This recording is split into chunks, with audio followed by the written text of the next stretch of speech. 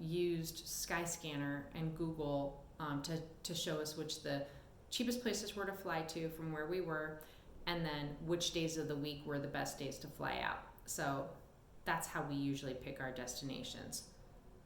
How close is it to where we are? How much is it going to cost to get there? What's the cheapest way that we can get there?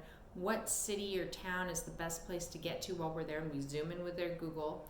And after that, we look to see the general price of how much it's going to be lodgings wise.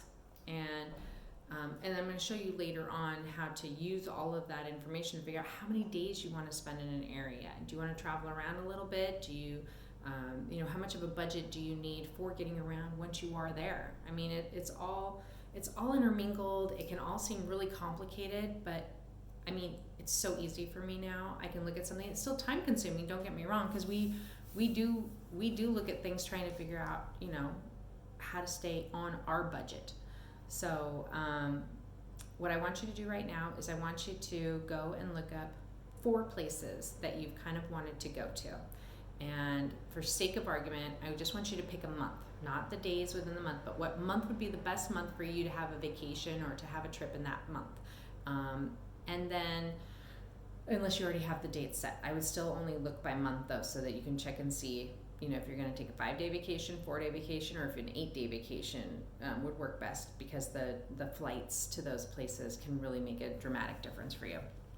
So I want you to find 4 places, and I want you to zoom in to each of them to find out what areas are the best. And also on Google, I want you to do a search, and I want you to, in each destination, like if you're just looking up Hawaii, or you're looking up Thailand, or whatever country you're looking up, there's going to be all kinds of articles that tell you like the best places to go in Thailand, and the best places to stay in Hawaii, and all. I mean, there's so much, it's mind-boggling. But what I want you to do is, when you go search, I want you to search for the most interesting places to stay in Hawaii. The most interesting cities in Hawaii, the cities with the most things to do in Hawaii, the city with the best beaches in Hawaii, the city with the most private beach in Hawaii. Whatever it is you are particularly looking for, that's what you need to type into your Google search. And you're going to see, and instead of reading all the articles, because you don't need to spend hours and hours doing that, instead I just want you to peruse, and there's going to be some names that pop up.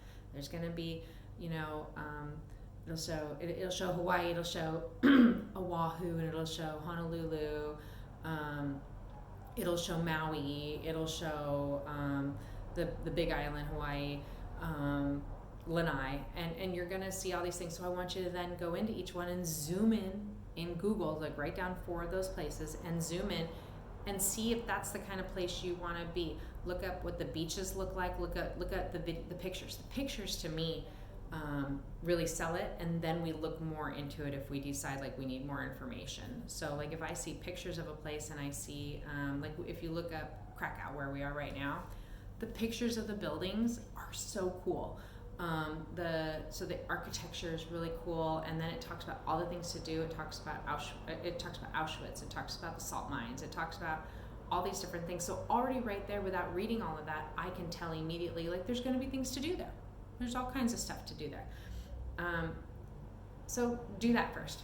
Look up a place, find 4 or 5 places within there, zoom in on Google Maps, also do a search and look at the pictures, videos, basic information, and maybe spend no more than a full hour doing all that. You can even do 15-20 minutes. You don't really need to do that much, and then you can have a better idea of those 4 places, which one's really standing out as this place seems like it might be the best fit. If it's just for you, if it's for you and a partner, if it's for you and the kids.